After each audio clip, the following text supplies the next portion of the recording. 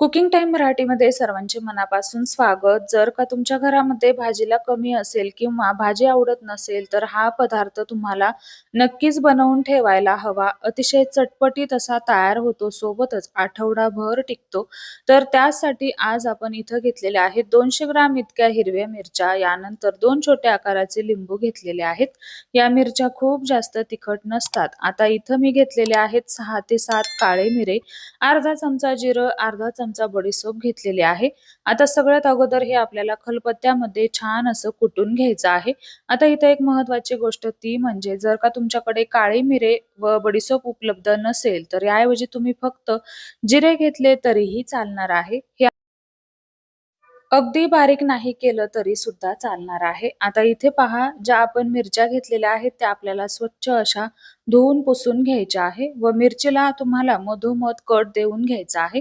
व्हिडिओमध्ये जसं दाखवलं आहे अशाच पद्धतीने तुम्हाला या मिरच्या कट करून घ्यायच्या आहेत. तर सगळ्या मिरच्या मी अशाच पद्धतीने कट करून घेतल्या.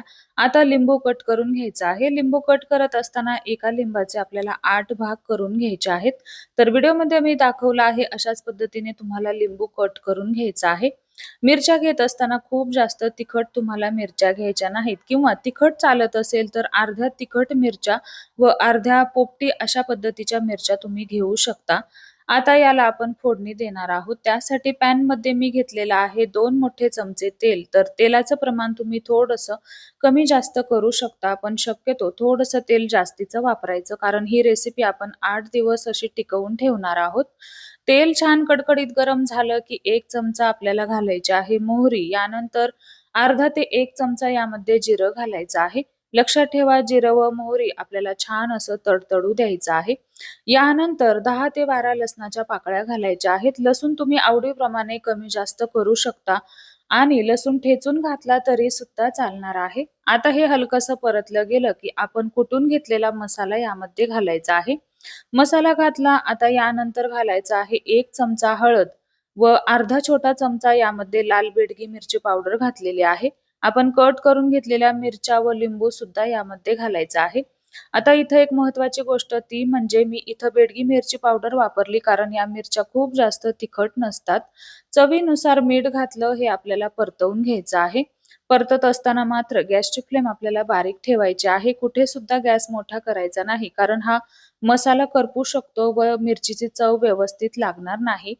परतल्यानंतर आता यामध्ये घालायचं आहे आपल्याला अर्धा ग्लास इतकं पाणी. गॅसची फ्लेम बारीक ठेवायची आहे व ही मिरची आपल्याला 1 ते 1.5 मिनिटांसाठी वाफवून घ्यायची आहे. मिरची छान वाफवून झाली की परत हे झाकण आपल्याला काढून घ्यायचं आहे. परत हे आपल्याला व्यवस्थित असं परतवून घ्यायचं आहे. आता इथं मिरची व्यवस्थित शिजली गेली नाही, त्यासाठी परत मी याला वाफ देऊन घेतलेला आहे. तुम्ही एकदाच याला वाफ देऊन घेतलं तरी सुद्धा चालणार आहे. तर परत मी यामध्ये अर्धा ग्लास इतकं पाणी घातलं. अर्धा ग्लास म्हणजे किती? अर्धा छोटा ग्लास इतकं आपल्याला पाणी घालायचं आहे. अगदी खूप जास्त घालायचं नाही. परत ही मिरची मी शिजवून घेतली. तर तयार झाली आपली लिंबू मिरची. चवीला अतिशय अतिशय भन्नाट लागते. इथं मी फक्त पोपटी हिरव्या मिरच्या घेतलेल्या आहेत. तुम्ही याऐवजी अर्ध्या जास्तीच्या तिखट आणि कमी तिखट मिरच्या घेतल्या तरीही चालेल. आता हे आपल्याला गॅसवरती व्यवस्थित असं परतवून घ्यायचं आहे. आता परतत असताना या मिरच्या थोड्याशा आपल्याला प्रेस करून अशा पद्धतीने परतवून घ्यायच्या आहेत. जेणेकरून याला सुटलेला खार मसाला आहे तो या मिरचीमध्ये व्यवस्थित असा जाईल. तर आता व्हिडिओमध्ये दाखवलं आहे अशाच पद्धतीने तुम्हाला 1 मिनिटभरासाठी अशा या मिरच्या परतवून घ्यायच्या आहे. तयार झालेली मिरची रूम टेम्परेचरवरती 4 दिवस टिकते आणि फ्रिजमध्ये जर का तुम्ही ठेवली तर आठवडाभर नाही तर 1.5 ते 2 आठवडे सुद्धा टिकते. फक्त एकच गोष्ट लक्षात ठेवायची आहे, ही परतत असताना यामध्ये पाणी ठेवायचं नाही. ही मिरची परतत असताना जर का यामध्ये पाण्याचा अंश राहिला तर मिरची लवकर खराब होऊ शकते, मिरचीला भुरा लागू शकतो. तर आता इथे पहा, मिरच्या सुद्धा व्यवस्थित अशा शिजल्या गेलेल्या आहेत. आणि हो, तुम्हाला जर का यामध्ये अख्खे लिंबू टाकायला आवडत नसेल तर तुम्ही याऐवजी लिंबाचा रस वापरला तरी सुद्धा चालणार आहे. तर तयार झाली आपली चटपटीत अशी लिंबू मिरची. ही लिंबू मिरची प्रवासात सुद्धा तुम्ही नेऊ शकता, डाळ भातासोबत खाऊ शकता, भाकरीसोबत, चपातीसोबत सुद्धा खाऊ शकता.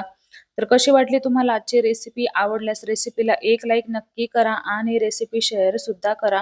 रेसिपी आवडल्यास चॅनलला सबस्क्राईब सुद्धा करा. सबस्क्राईब केल्यानंतर शेजारील बेल घंटा नक्की क्लिक करा. आजची तयार केलेली रेसिपी बनवून पहा आणि नंतर मला कमेंट करून नक्की सांगा.